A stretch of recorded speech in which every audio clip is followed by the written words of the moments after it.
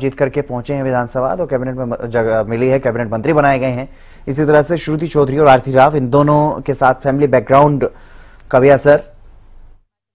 सबसे पहला सवाल मेरा आपके लिए होगा, जिस तरह से कृष्ण बेदी जी आए हैं, आपसे मुलाकात किया, मुंह मीठा करवाया, कैसा महसूस कर रहे हैं? देखिए, बड़े गर्व की अनुभूति होती है कि ऐसे कार्यकर्ता जिन्होंने सालों साल से भारतीय जनता पार्टी का काम किया, और खास करके जब मैं युवा मोर्चा का अध्यक्ष था, मेरे साथ आप कुरुक्षेत्र जिला में पार्टी के युवा मोर्चा के अध्यक्ष थे, जो समर्पण उस समय में देखता था, उसी समर्पण के साथ जो कार्यकर्ता आज काम करता हुआ दिखाई देता है और हरियाणा के कैबिनेट स्तर तक पहुंचता है, तो निश्चित रूप में इतनी खुशी होती है कि जिसको हम आपके सामने शब्दों में रख भी नहीं सकते। बड़ा आज मेरे लिए तो खास करके, क्योंकि नायब जी से लेकर के सब मंत्रीगण उस टीम का एक सदस्य हैं जो भारतीय जनता पार्टी को हरियाणा में, जिसने जमीन के ऊपर जिसका रोपण करते हुए आज वट वृक्ष के रूप में लेकर के आने का काम किया है।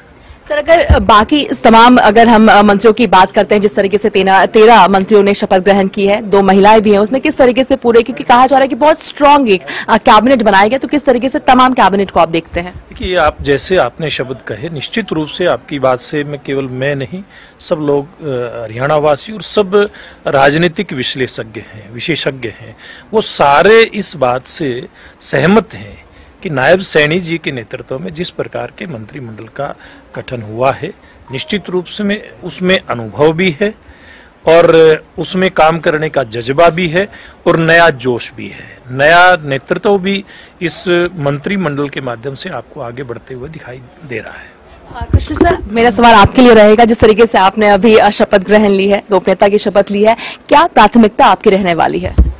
अभी तो सबसे बड़ी प्राथमिकता हमारा जो संकल्प पत्र मेरे नेतृत्व ने और प्रदेश के टीम ने जो बैठ के तय किया था, उसमें जो भी प्राथमिकता है उनको पूरा करना है।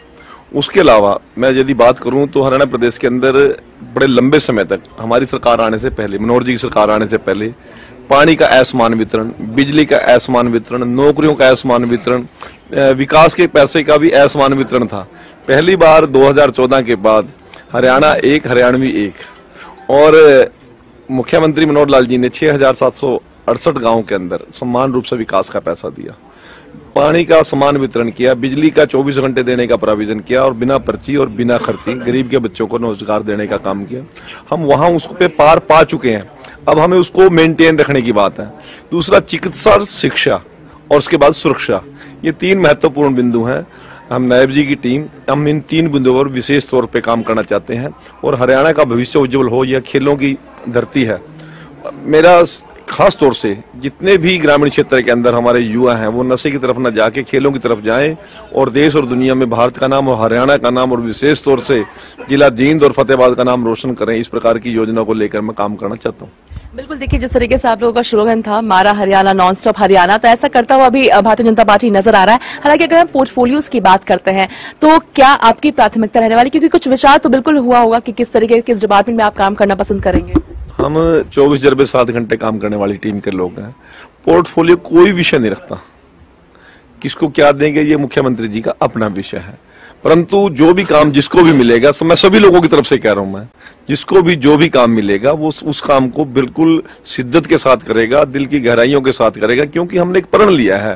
क्योंकि हमारा नेतृत्व, मोदी जी क्या कहते हैं कि दुनिया का सर्वश्रेष्ठ देश हम बनाना चाहते हैं, तो सर्वश्रेष्ठ देश कैसे बन सकता है यदि हरियाणा सर्वश्रेष्ठ ना हो? तो हरियाणा का तो योगदान उतना रहना चाहिए ना।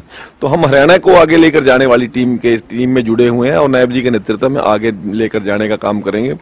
और दूसरी बात अनुभव की, 7 बार के विधायक अनिल विज जी हमारे कैबिनेट में हैं, 6 बार के विधायक और राज्यसभा के सांसद रहे कृष्ण पंवार जी हैं, 4 बार के विधायक और कई बार मंत्री रहे राव नरवीर जी हैं, महिपाल डांडा जी लगातार 3 बार से विधायक हैं और ग्रामीण पृष्ठभूमि के हमारे नेता हैं, भाई विपुल जी।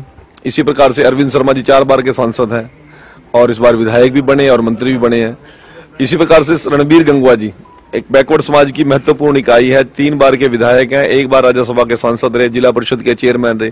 श्याम सिंह राणा जी किसान नेता हैं, हमारे जमीन से जुड़े हुए। ये सारी जो टीम है एक अनुभवी और हरियाणा को आगे लेकर जाने वाली टीम का गठन मेरे नेतृत्व ने किया और उसमें उस टीम का हिस्सेदारी करने का हिस्सा बनाने का मुझे भी काम किया।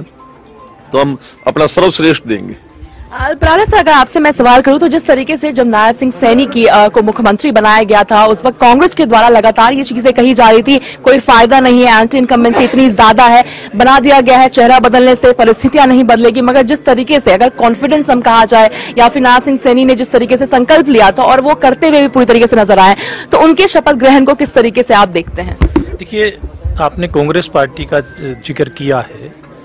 कांग्रेस पार्टी ने पिछले 10 साल के अंदर एक साफ सुथरी, पारदर्शी, जवाबदेह सरकार, सबका साथ सबका विकास के नारे को सार्थक करती हुई सरकार जो पूर्व मुख्यमंत्री मनोहर लाल जी के नेतृत्व में चली, अब नायब सैनी जी के नेतृत्व में चली, इसके खिलाफ इस प्रकार का वातावरण बनाने का प्रयास किया। अब तो किसान नेता भी बोलने लगे हैं ना, किसान नेता भी बोलने लगे हैं। तो कांग्रेस पार्टी ने ऐसा एक परसेप्शन बनाने का काम किया था, लेकिन हरियाणा की जनता ये देख रही थी कि कांग्रेस पार्टी के कुकर्मों का हिसाब किताब लेना है।